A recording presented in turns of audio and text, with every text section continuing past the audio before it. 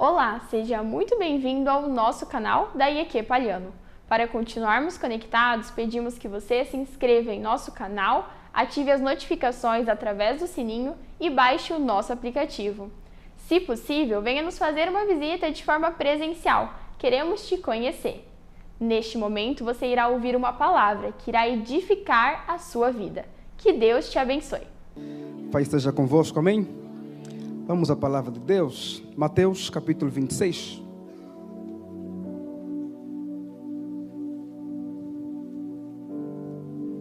Mateus capítulo 26, do verso 1 ao verso 4. Depois vamos para o versículo de número 17. E leremos até o versículo 35. Tenha paciência, por favor. Está escrito assim: Quando acabou de dizer essas coisas, Jesus disse aos seus discípulos: Como vocês sabem, estamos a 2 dias da Páscoa, e o Filho do Homem será entregue para ser crucificado. Naquela ocasião, os chefes dos sacerdotes e os líderes religiosos do povo se reuniram no palácio do sumo sacerdote, cujo nome era Caifás, e juntos planejaram prender Jesus à traição e matá-lo. Mas diziam: não durante a festa, para que não haja tumulto entre o povo. Versículo 17. No primeiro dia da festa dos pães sem fermento, os discípulos dirigiram-se a Jesus e lhe perguntaram: onde queres que preparemos a refeição da Páscoa? Ele respondeu, dizendo que entrassem na cidade e procurassem um certo homem e lhe dissessem: o mestre diz, o meu tempo está próximo, vou celebrar a Páscoa com meus discípulos em sua casa. Os discípulos fizeram como Jesus os havia instruído e prepararam a Páscoa. Ao anoitecer, Jesus estava reclinado à mesa com os 12. E enquanto estava comendo, ele disse: digo-lhes que certamente um de vocês me trairá. Eles ficaram muito tristes e começaram a dizer-lhe, um após outro: com certeza não sou eu, Senhor. Afirmou Jesus: aquele que comeu comigo do mesmo prato há de me trair. O Filho do Homem vai como está escrito a seu respeito. Mas ai daquele que trai o Filho do Homem. Melhor que seria não haver nascido. Então Judas, que haveria de traí-lo, disse: com certeza não sou eu, mestre. Jesus afirmou: sim, é você. Enquanto comia, Jesus tomou o pão, deu graças, partiu e o deu aos seus discípulos, dizendo: tomem e comam, isto é o meu corpo. Em seguida tomou o cálice, deu graças e o ofereceu aos discípulos, dizendo: bebam dele todos vocês. Isto é o meu sangue da aliança, que é derramado em favor de muitos para perdão de pecados. Eu lhes digo que de agora em diante não beberei deste fruto da videira, até aquele dia em que beberei o vinho novo com vocês no reino de meu Pai. Depois de terem cantado um hino, saíram para o Monte das Oliveiras. Então Jesus lhe disse: ainda esta noite todos vocês me abandonarão, pois está escrito: feriu o pastor e as ovelhas do rebanho serão dispersas. Mas depois de ressuscitar, irei adiante de vocês para Galileia. Pedro respondeu: ainda que todos te abandonem, eu nunca te abandonarei. Respondeu Jesus: asseguro-lhe que ainda esta noite, antes que o galo cante 3 vezes, você me negará. Mas Pedro declarou, mesmo que seja preciso que eu morra contigo, nunca te negarei. E todos os outros discípulos disseram o mesmo. Amém? Pode retomar seu assento. Eu quero esta noite falar com os irmãos esta manhã. Muito obrigado. Eu quero esta manhã falar com vocês sobre o Deus frustrante, sobre ser o nosso Deus um Deus que frustra. E o meu texto de reflexão, são vários textos, Eu poderia ler outros textos também, mas ficaria muito extenso. Então, esses estão bons para aquilo que queremos pensar. O que está acontecendo aqui em Mateus capítulo 26? Jesus está organizando a última ceia com os seus discípulos, porque Jesus vai ser morto. E ele declara abertamente aos seus discípulos. É só olhar para o versículo 1, versículo 2, versículo 3 do capítulo 26. Jesus declara abertamente a eles que está chegando o momento em que ele há de morrer, que ele vai ser entregue à crucificação. E Jesus não diz isso apenas aqui no capítulo 26 de Mateus. Jesus também diz isso, por exemplo, no capítulo de número 16 de Mateus, quando Pedro diz que ele era o Cristo, Filho de Deus. Jesus também declara então que ali na Cesareia ele iria em direção a Jerusalém para ser entregue à morte. E quando Jesus começa a falar a respeito da sua morte, os seus discípulos começam a contrariá-lo. Em Mateus capítulo 16, por exemplo, Pedro se coloca na frente dele e diz: que isso? Você vai morrer nada. E ele categoricamente, ele enfaticamente declara a Pedro: afasta-te de mim, Satanás. E dali para cá, até o capítulo 26, nós vemos os últimos momentos de Jesus com os seus discípulos. No capítulo de número 17 de Mateus, Jesus vai se transfigurar no famoso Monte da Transfiguração, que na verdade é o Monte Tabor. E de lá para cá, Jesus começa a agir, apresentando os seus últimos discursos. Jesus vai repreender os fariseus, Jesus vai denunciar a prática hipócrita deles. Jesus vai entrar em Jerusalém, naquele jumentinho, e vai ser aplaudido como rei, e também vai então apregoar os últimos sermões que ele vai ter para pregar aos seus discípulos e ao público. E chega no capítulo 26, ele vai reforçar. Só que agora, ele vai dizer aos discípulos que está chegando a hora. E vai orientá-los que eles vão até Jerusalém em direção a um homem que ele vai fazer a ceia na casa daquele homem. E na ceia, na última ceia, ele vai mais uma vez reforçar que ele vai morrer. E para piorar, ele não vai apenas morrer, ele vai morrer sendo traído por um dos seus discípulos. E pior do que isso, ele não vai ser apenas traído por um dos seus discípulos, ele vai ser traído por todos os seus discípulos. Todos, sim, porque todos eles vão abandoná-lo. E ele diz: vocês todos me abandonarão. E Pedro se levanta e diz: não, Senhor, ainda que todo mundo te abandone, eu jamais faria isso.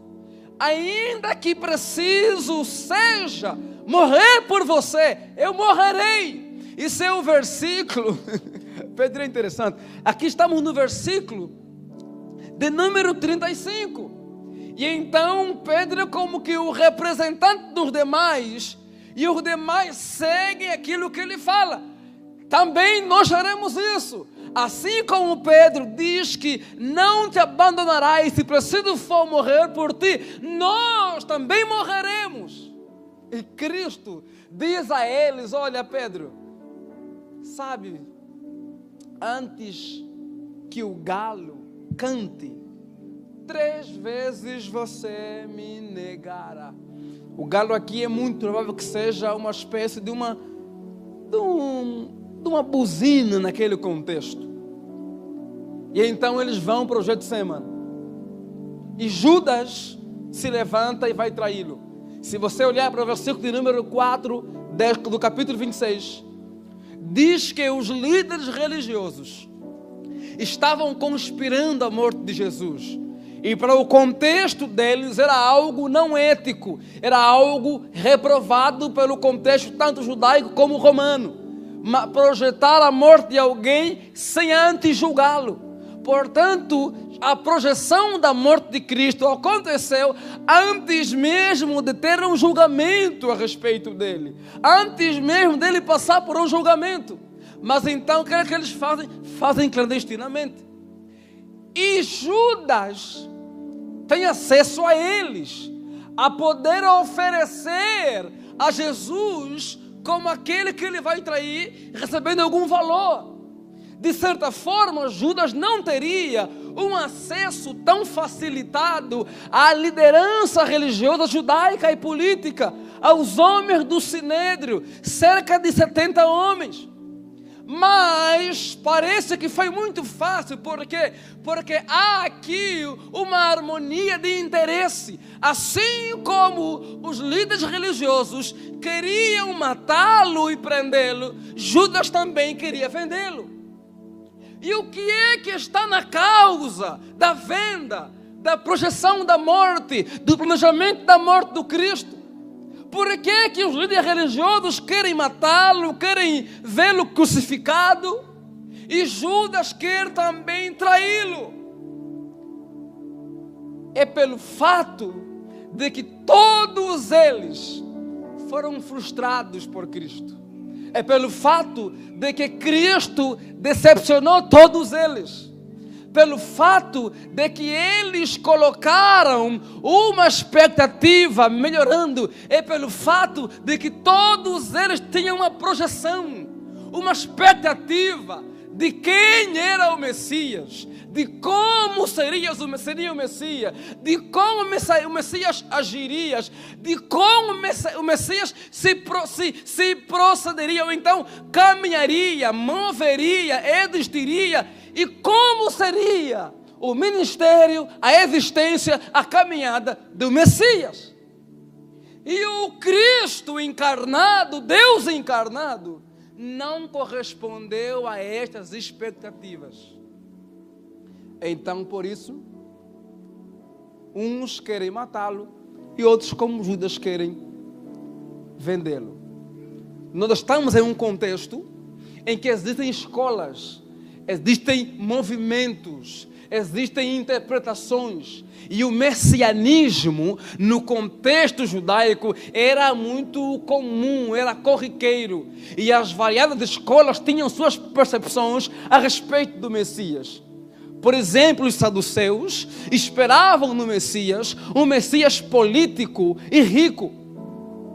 E Jesus chega e enquanto se encarna, nasce aonde? Vem de onde? Vem de Belém, cidade pequena. Cresce aonde? Na Nazaré. Porventura pode vir alguma coisa boa de Nazaré? Jesus se torna o quê? Um carpinteiro, uma profissão de gente pobre. Uma profissão, inclusive, por muitos desprezada. Talvez tenha sido o carpinteiro ou pedreiro. Portanto, Jesus não corresponde à expectativa messiânica dos saduceus, de um Messias político, de um Messias rico, e é muito provável que por causa disso, os saduceus, que eram sacerdotes naquele contexto, estavam organizando o quê? Questões de dinheiro, com aquilo que eles conseguiam com o contexto do templo, vendendo animais para quem viria sacrificar, para quê? Para poder ter um reinado messiânico pujante, poderoso. E Cristo vem como? Pobre. Vem como? De Belém. Cresce onde? Em Nazaré.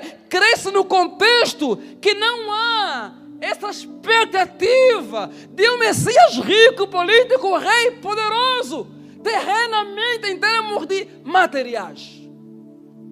Tem os fariseus, que é uma expectativa zelosa pela Escritura, pela lei, pela santidade, pela pureza, e espera um Messias que está alinhado a eles neste zelo, e chega aqui em Cristo e faz o quê? E anda com as prostitutas. Em que sentido? No mínimo, de permitir que elas o ouvem, de permitir que aqueles que vão ouvi-lo, aqueles que vão caminhar com ele de perto, para ser atendido, orientado, sejam aqueles que são os vistos como pecadores. Jesus atende os leprosos, que não deveria. Jesus atende os pecadores, como Zaqueu, publicanos, que na cabeça dos fariseus não deveria. Atende as meretrizes, que na cabeça dos religiosos também não deveria. Portanto, Jesus frustra a expectativa do fariseu. Ele não corresponde. Tinha também o revolucionário, o zelote ou o sicariote. E muito provavelmente, entre os discípulos de Jesus, tinha alguns que eram sicariotes. Há inclusive autores que trabalham a ideia de que o nome Judas Iscariote não é sobrenome, mas é o local que ele, não é o local que ele pertencia, é o movimento que ele pertence, que é de sicários, sicariotes. Que é um movimento que tem a ver com o quê? Com revolução política. Um movimento revolucionário que lutava pela independência de Israel de Roma.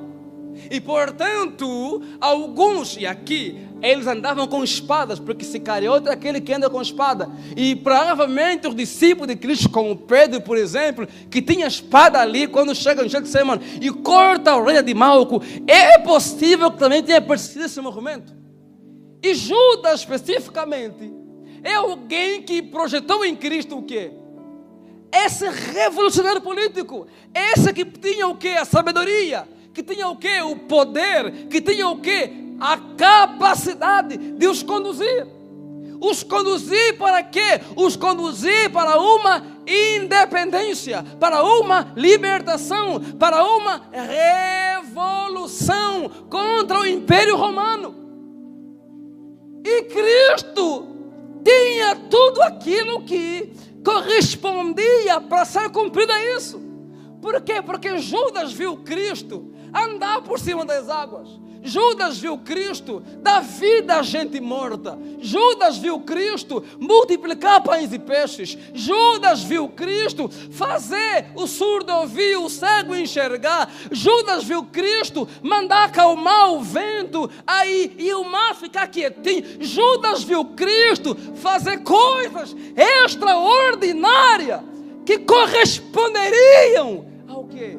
À pessoa ideal, ao Messias revolucionário. Há um autor chamado Rezan Aslan, que é islâmico. Ele tem um livro chamado Nazareno, e a abordagem dele é de que Cristo foi um revolucionário político. Por causa dessa leitura. Só que, quando chega próximo à crucificação, Jesus diz abertamente para eles: eu vou morrer, eu vou ser crucificado. Então, João, como assim? O Senhor vai morrer? O Senhor é o Messias, aquele que vai nos libertar, que tem poder. Fala, não, eu vou morrer. E quando tentaram impedi-lo, ele diz: sai da frente, Satanás. Quando tentaram impedi-lo de ir até a morte, ele não fez nada. Então, para Judas, já que não serve para o que eu anseio, não serve para a minha expectativa, não serve para o que eu estou sonhando, para aquilo que eu idealizei sobre ele, já que não serve para aquilo que é o meu sonho ideológico, eu vou traí-lo. É melhor vendê-lo, é melhor ganhar umas moedas, já que eles querem comprar, seja vendido. E então Jesus foi vendido, Jesus foi preso, e foi preso quando, antes de o prenderem, perguntaram: quem é Cristo? Quem é o Nazareno? E ele respondeu: eu sou. E eu responder: eu sou. Os homens caíram todos só com o eu sou. Portanto, ninguém poderia prendê-lo se ele não quisesse. E então seus discípulos, vendo aquilo, fazem o quê? Também o fogem, o abandonam, o deixam e vão embora. E quando ele morre, onde é que eles estão? Eles estavam lá, em uma casa, com medo, fechados, trancados, frustrados. Por quê? Porque o Deus que eles idealizaram não podia morrer. Como assim morreu? Como assim foi embora? Como assim ele não está aqui para restaurar o reino de Israel? É por isso que mesmo depois da ressurreição, em Atos 1, 6, 7, os discípulos ainda estavam perguntando: o Senhor não vai restaurar o reino de Israel? Porque havia o quê? Uma expectativa neles sobre uma restauração política de Israel. E Cristo não correspondeu. E Cristo não atentou para aquilo que eles idealizaram. Havia, portanto, no contexto sobre Jesus, uma expectativa religiosa dos fariseus legalistas excessiva, que Cristo vai na contramão, que Cristo bate e contraria. Portanto, se ele nos contraria, tanto fariseu, como saduceu, como Judas, o que é melhor? Crucifiquem-o. É melhor que ele morra, já que ele não pode corresponder à nossa expectativa, é melhor que ele morra. Portanto, soltem Barrabás e crucifiquem a Jesus. Se ele não pode corresponder à nossa mentalidade legalista, em que só o certinho, o regradinho, o religioso é que está ali e quer também os pecadores, é melhor que ele morra. Libertem logo aquele bandido e prendam Cristo, crucifiquem-o. Se ele não vai ser o político que vai nos guiar, o líder que vai nos conduzir para nos libertar de Roma, como esperamos, é melhor que eu venda, é melhor que eu traia. Me deem 30 moedas de prata, que eu vendo ele tranquilamente. Porque é inadmissível que um Deus todo-poderoso como Cristo é, que fez o que fez, morra na cruz. Jesus preferiu morrer na cruz a realizar o capricho ideológico de Judas. Jesus preferiu morrer na cruz do que realizar o capricho religioso dos fariseus. Jesus preferiu morrer na cruz do que realizar o capricho político poderoso dos saduceus. Jesus frustrou aqueles que tinham alguns sonhos e frustrou aqueles que o idealizaram. Meus irmãos, nesta manhã eu vim dizer-lhes que nós não estamos tão longe dessa realidade. O nosso Deus é um Deus frustrante para aqueles que o idealizaram. O nosso Deus é um Deus frustrante para aqueles que já definiram como Ele deve ser, como Ele deve agir, como Ele deveria falar, como Ele deveria se portar, para aqueles que já definiram o que esperam dEle. O nosso Deus é um Deus frustrante. Em meio a um contexto religioso, político em que vivemos, tanto na política como na religião evangélica, em que idealizamos Deus, em que os pressupostos neopentecostais, pseudopentecostais, isopentecostais idealizaram Deus, e temos o Deus da nossa cabeça, temos o Messias da nossa cabeça, e a partir desse Messias, então, o que esperamos que Ele se comporta? Esperamos que Deus se comporta, que Deus haja, que Deus faça, que Deus responda como nós idealizamos. Mas eu vim esta manhã a dizer a vocês que o Senhor Jesus Cristo, Ele não é servo da nossa ideologia. Ele não é servo da nossa idealização sobre Ele. O Senhor Jesus Cristo, Ele não é servo do meu sonho, do teu sonho. Ele é Deus soberano. Ele está acima de todas as coisas. Ele é o Rei dos Reis. Ele é Senhor dos Senhores. Portanto, Ele poderá frustrar-nos. Eu tenho um sonho. Judas tem um sonho. Libertação de Israel. Judas tem um sonho. Que Israel se liberta do Império Romano. E ele colocou em Cristo a realização deste sonho. Nós também temos sonhos. Nós também estamos sonhando. Mas eu vim dizê-los com muita sensibilidade. Deus, Jesus, não é nosso servo. Jesus não é nosso garçom. Jesus não está rendido àquilo que estamos sonhando. Jesus não está prostrado, disponível para fazer em conformidade aquilo que a gente quer e acha que Ele deveria fazer. Pastor, é isso mesmo. Eu vim esta manhã dizer a vocês que,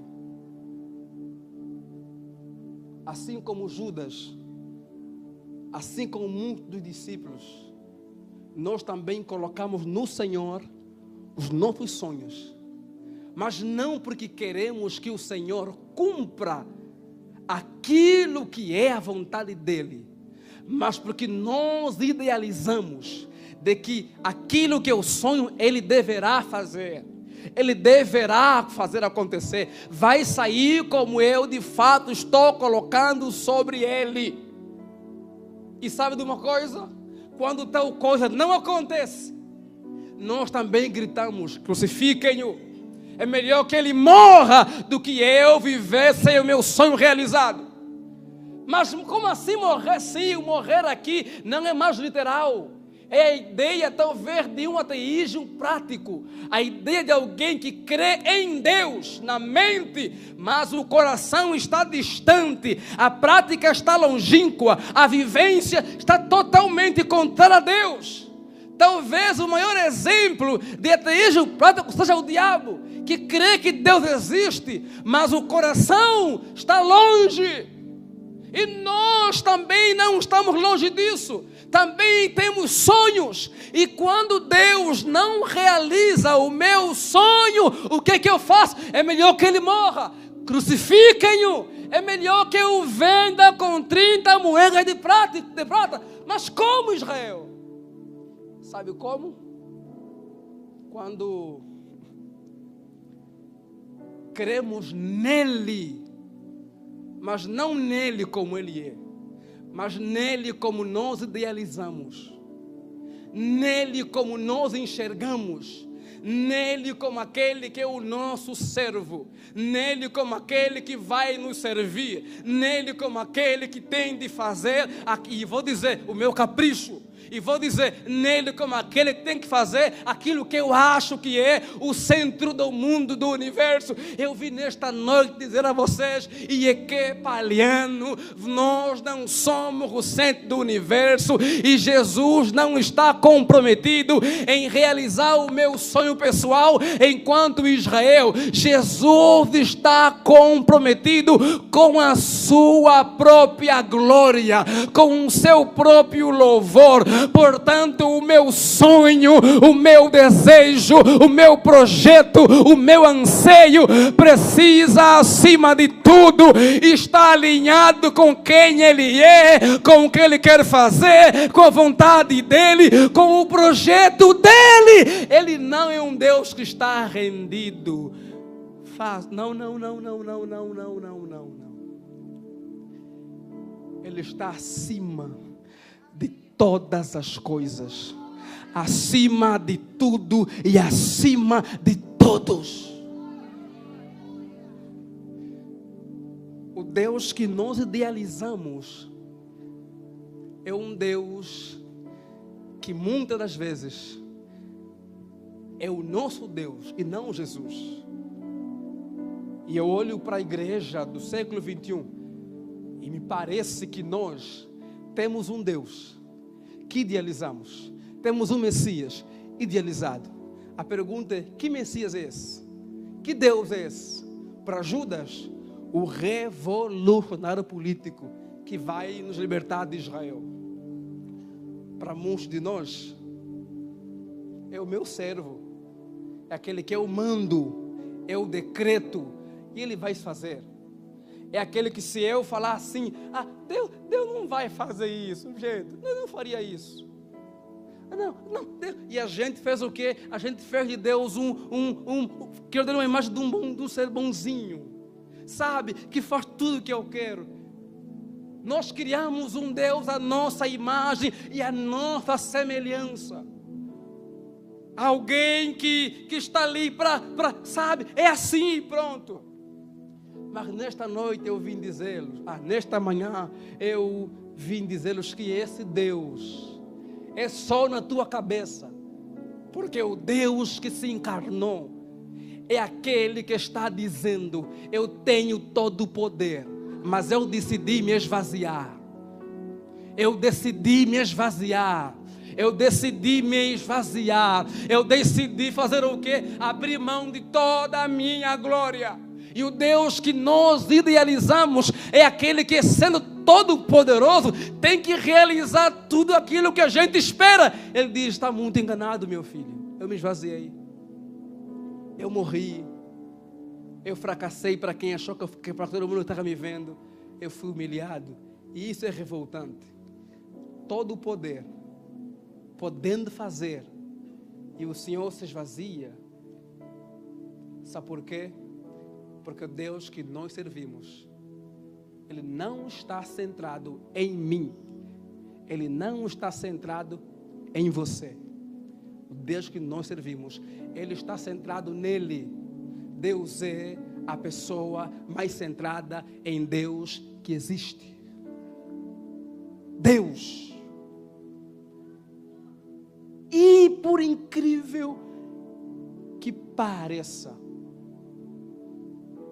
nós não aceitamos esse Deus como Ele é de fato às vezes, porque nós gostaríamos que Ele fosse desse jeito que criamos, desse jeito que planejamos, desse jeito que elaboramos, desse jeito que idealizamos. Mas, meu irmão, Jesus não cabe na tua caixinha.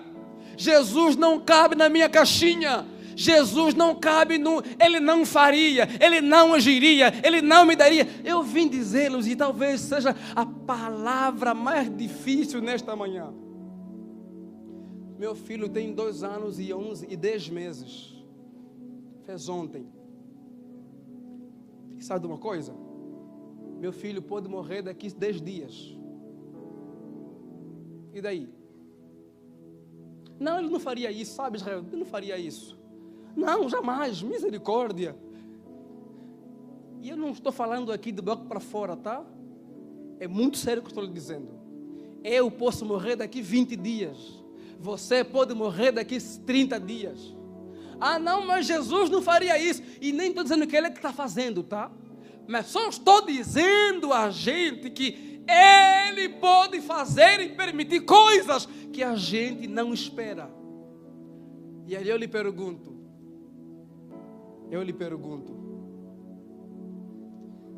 se Ele não corresponder ao meu sonho de ver o Seymour com 80, talvez com 60 anos, é muito, né? Aí foi longe. Com 50, 60 anos, a pergunta é: será que eu não vou dizer crucifiquem-o? Se eu não ver Ele realizar o meu sonho de ver talvez meu filho ou mais filhos que virão, a chegar onde eu tenho sonhado que cheguem, será que eu não vou fazer o que fizeram os discípulos e alguns daquele contexto? Crucifiquem-o, porque é melhor que ele morra, é melhor que ele... Mas pastor, ele nem morreu. Não, ele não vai morrer aqui fisicamente, mas ele morre em seu coração. Ele morre na sua vida, porque a nossa vida passou a ser aquela que está idealizada no Deus que faz aquilo que eu quero, o Deus que faz aquilo que eu espero, o Deus que faz milimetricamente aquilo que eu planejei, o Deus que faz como eu quero que Ele faz. Eu vim dizer-lhes que esse Deus não é o Deus da Bíblia. O Deus da Bíblia, Ele está nos convidando para a oração. E a oração que Ele nos convida a fazer é: Pai nosso, que estás no céu, santificado seja o teu nome. Venha o teu reino e seja feita a tua vontade, assim na terra como é no céu. O Deus da Bíblia é aquele que está nos chamando para orar. E a oração não é Deus, eu ordeno, Deus tem que fazer, Deus é assim e acabou. A oração é: eu quero estar alinhado com o que tu queres fazer. Eu quero andar em conformidade com aquilo que são os teus desígnios. Eu quero viver em conformidade com aquilo que são os teus projetos.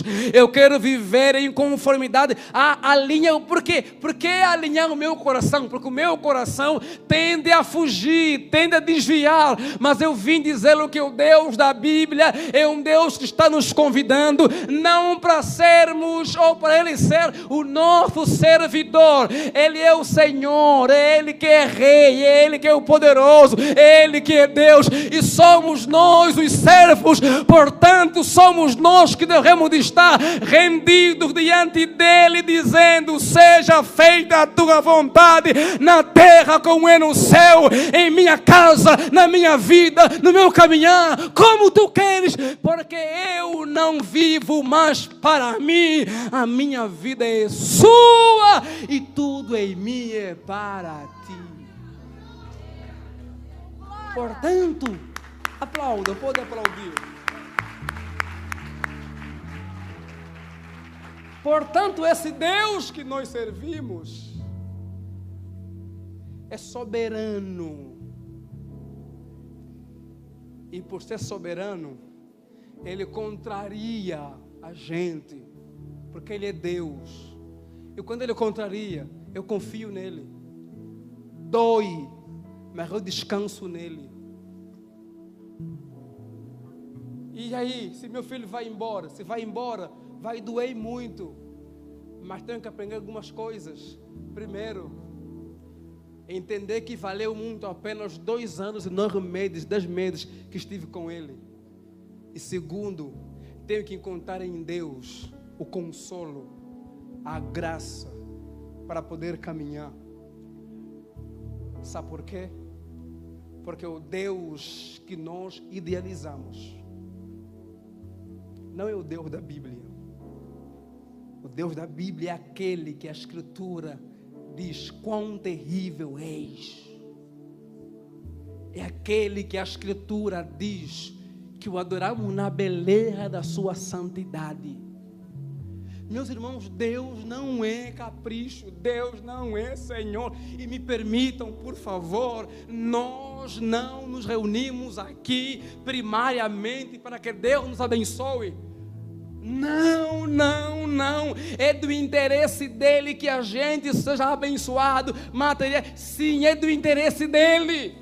Mas entenda uma coisa: nele nós poderemos passar o que passou o pastor Francisco desde 2017 no Quênia, pregando, cuidando de crianças.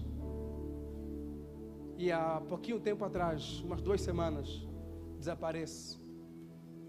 Os homens levam ele, o carro dele passa rápido e é visto. Ele tenta lutar para poder fugir, e os homens o dão um tiro E para não perceberem que foi a tiro, queimam o carro dele. A MSM, que é a missão que ele pertencia, do reverendo José Rodrigues, postou agora o vídeo da esposa dele, pastora Francine Barbosa. E pergunta se ela vai sair de lá. Não. Agora imagina alguém servindo a Deus. São 6 anos dedicado àquele país. E lá você é morto brutalmente. Que Deus é esse? Puxa vida, eu estou servindo a Deus. E Deus lá me permite ser morto onde eu sirvo.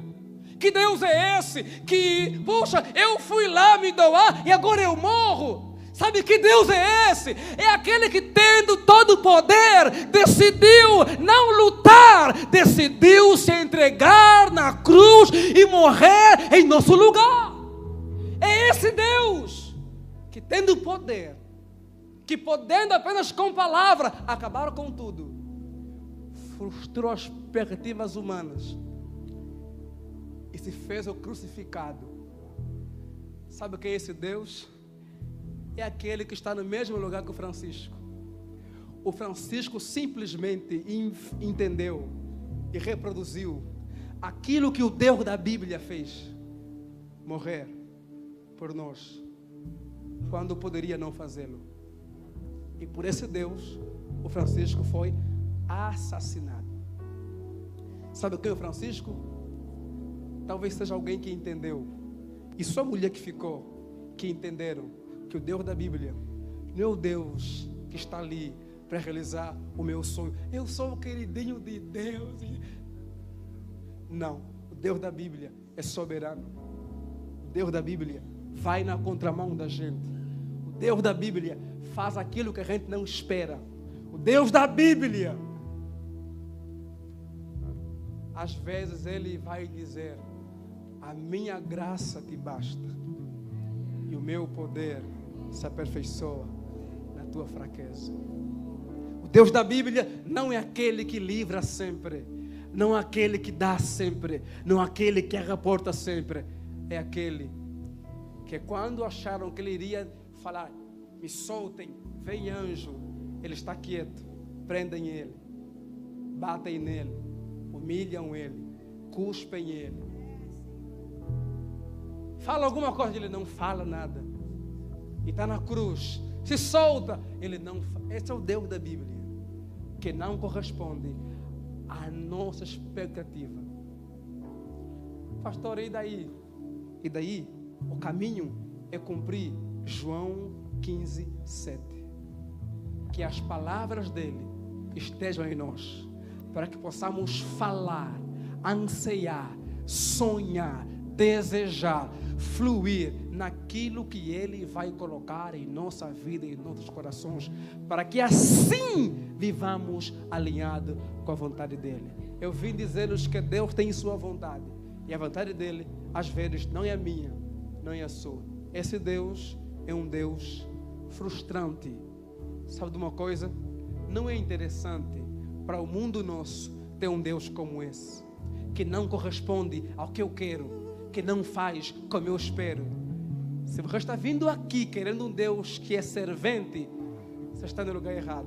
O Deus aqui é soberano, é Senhor, é Criador, é poderoso, é Ele que manda, Ele é que deve ser servido. É nós que nos rendemos diante dEle, somos nós que nos prostramos diante dEle, somos nós que nos submetemos a Ele, porque é Ele que está no trono, é Ele quem governa, é Ele que é o Senhor, é Ele que é eterno, é Ele que é o Todo-Poderoso.